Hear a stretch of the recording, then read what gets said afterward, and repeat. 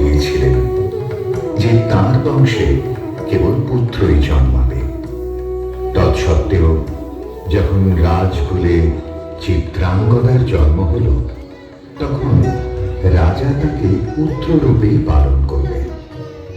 রাজকন্যা অভ্যাস করলেন ধনুর্বিদ্যা, শিক্ষা করলেন যুদ্ধবিদ্যা, রাজদণ্ডনীতি। অর্জুন 12 বর্ষব্যাপী ব্রহ্মচর্য ব্রত গ্রহণ করে ভ্রমণ করতে করতে এসেছেন মণিপুরে।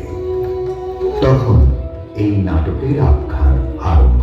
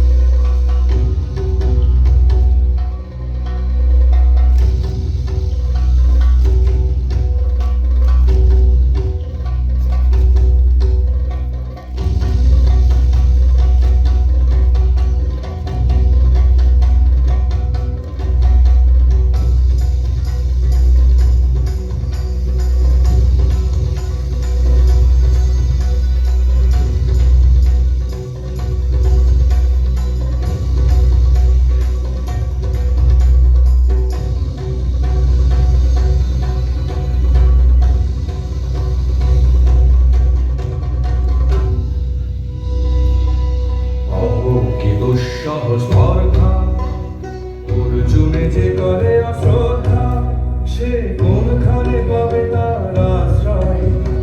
অহো কি দুঃসহ স্পর্ধা!